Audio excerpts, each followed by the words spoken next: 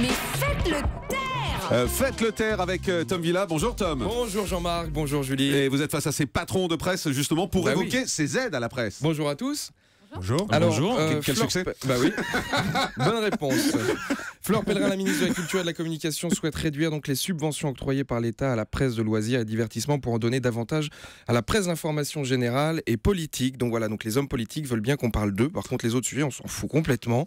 Donc les magazines de musique, de cinéma, plus d'aide. Alors c'est marrant parce que cette réforme, Fleur Pellerin, elle l'a pas annoncée il y a 15 jours pendant le Festival de Cannes devant tous les journalistes de France. Ça, elle l'a pas fait, c'est rigolo. Donc en gros, Fleur Pellerin veut investir sur la presse papier, c'est bien, mais pour vous dire à quel point c'est compliqué dans le papier, même des journaux gratuits sont en train de mettre la clé sous la porte. Donc même si les gens prennent plus de gratuit, c'est que c'est la galère. Hein. Franchement, c'est compliqué. Donc maintenant, grâce à cette redistribution de l'argent public, des journaux comme Le Monde Diplomatique ou encore Charlie Hebdo vont pouvoir en profiter. Alors Charlie, en fait, maintenant, ils en ont plus besoin. Ouais. C'était avant qu'il fallait les aider. Ouais.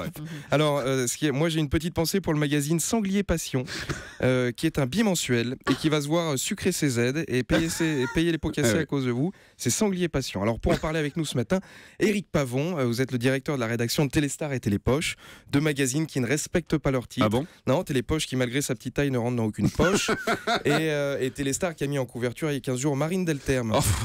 Alias Alice Nevers. Bah voilà. Oui. Non, mais quand tu es plus connu sous ton nom de personnage que sous ton vrai nom, c'est que pour le moment tu n'es pas encore une star. Donc voilà, ça c'est fait, on s'est encore fait des copains, merci Jean-Marc.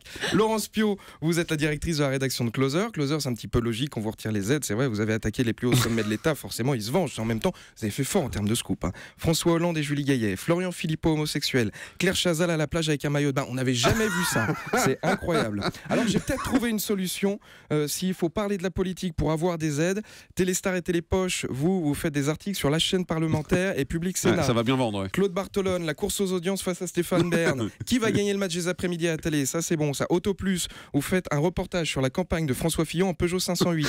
Le test des cabriolettes l'été avec Alain Juppé, c'est le seul qui pourra pas être décoiffé. Hein, vous savez de quoi je parle, il sera avec Michel Sapin. Et le test insolite de la semaine, Marine Le Pen dans un Panzer. Et Closer, alors Closer par contre, vous arrêtez de parler des hommes politiques dans leur vie privée. Vous voyez la semaine. Sur ce, bonne journée. Merci beaucoup Tom Villa, que vous pouvez aller voir sur scène vendredi et samedi à Nantes.